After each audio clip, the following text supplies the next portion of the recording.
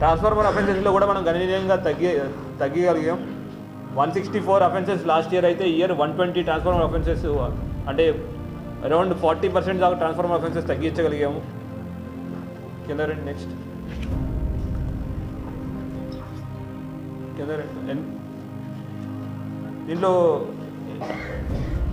Enforcement work 7,190 కేసులు last year అయితే year 4,821 EPT కేసులు రిజిస్టర్ అయింది. దీనికి ఒక కారణం ఏంటంటే ఆల్మోస్ట్ 50% కేసులు అయినాయి. దీనికి కారణం ఫస్ట్ 6 months సాఫ్ట్వేర్ అప్డేషన్ వల్ల మనకి ఆన్లైన్లో ఈపీటీ కేసెస్ రిజిస్టర్ చేయలేకపోయాం. ఈ ఓన్లీ 6 నెలల్లో మనం 4,800 కేసులు ఎన్ఫోర్స్మెంట్లో మనం రిజిస్టర్ చేయగలిగాం. దీనిలో ముఖ్యంగా వాళ్ళ ఎన్ఫోర్స్మెంట్లో మన ఎన్డీపీఎస్ కేసులు, గాంజా, ఆల్ప్రోజోలం, ఇతరత్ర మత్తు పదార్థాలని అమ్మడం కానీ, కొనడం కానీ, లేదంటే వాళ్ళ దగ్గర ఉంటే వాళ్ళ మీద కేసులు పెట్టడం జరిగింది. దీంట్లో మనం 90 కేసులు రిజిస్టర్ చేయగలిగాం. అంతమంది మనం పట్టుకోగలిగాం. తర్వాత ఇంకొక important thing property recovery. Property recovery విషయంలోకి వస్తే value of property recovered last year 25.91% ఉండేది. ఇయర్ 50% దాకా మనకు ప్రాపర్టీ రికవరీ పెరిగింది. అయితే ప్రాపర్టీ కేసెస్ అయితే విషయంలో వచ్చేసరికి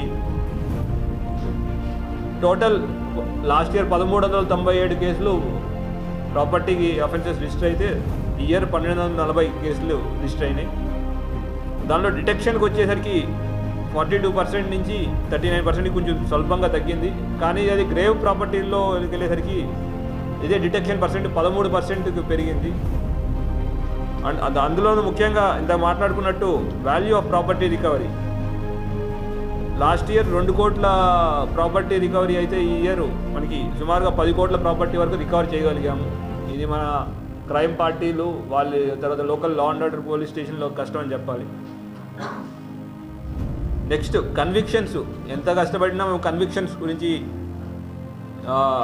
ఎండ్ ఆఫ్ డే మేము కన్విక్షన్స్ గురించి ఎంత మేము చేసే ప్రయాసం అంతా.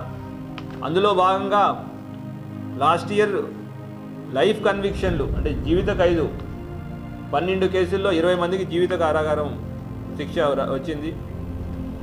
తర్వాత 10 ఏళ్ళు వచ్చేసి 10 years ఇంప్రిజన్మెంట్ 6 కేసుల్లో 6గురికి, 7 years ఇంప్రిజన్మెంట్ 4 కేసుల్లో 4గురికి, ఇట్లా మిగతా మొత్తం 121 కేసులో 219 మందికి జైలు కారాగార శిక్ష విధించడం జరిగింది.